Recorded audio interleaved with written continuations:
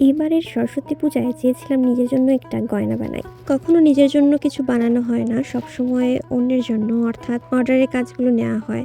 তো এবার হচ্ছে নিজের ইচ্ছাকে একটু প্রাধান্য দেওয়ার জন্য নিজের জন্য গয়না বানানো শুরু করে দিয়েছিলাম। কিন্তু হাতে ছিল সময় খুবই কম, আবার ঘরে বাইরে কাজের অনেক প্রেশার। নিজে আগেই কল্পনা করেছিলাম যে পূজার শাড়ির সাথে পদ্ম ও পদ্ম পাতার কিছু রাখলে ভালো লাগবে। আমি ক্লের গয়না বানাতে এক্সপার্ট নই, বলতে গেলে প্রথম গয়না এগুলো।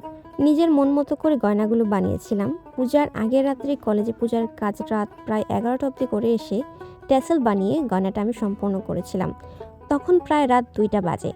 তাড়াহুড়োর কারণে সব ভিডিও করতে আমি পারিনি। সব কিছু খুব তাড়াহুড়া করার জন্য খুবই টেনশনে ছিলাম যে ঠিকমতো সেটা হবে কিনা, সেট হবে কিনা ভালোভাবে, নাকি গলায় পড়লে সেটা হুট করে খসে পড়ে যাবে। যাই হোক, সেটা হয়নি। কড়িবাদে সব কিছুই নিজের হাতে বানানো। তবে যে যাই বলুক, নিজের হাতে নিজের জন্য বানিয়ে কিছু পরার আনন্দই কিন্তু অন্য রকমের। এখন বলুন তো গয়নাটা বানানো কেমন হয়েছে এবং গয়নাটা পরে আমাকে কেমন লাগছে।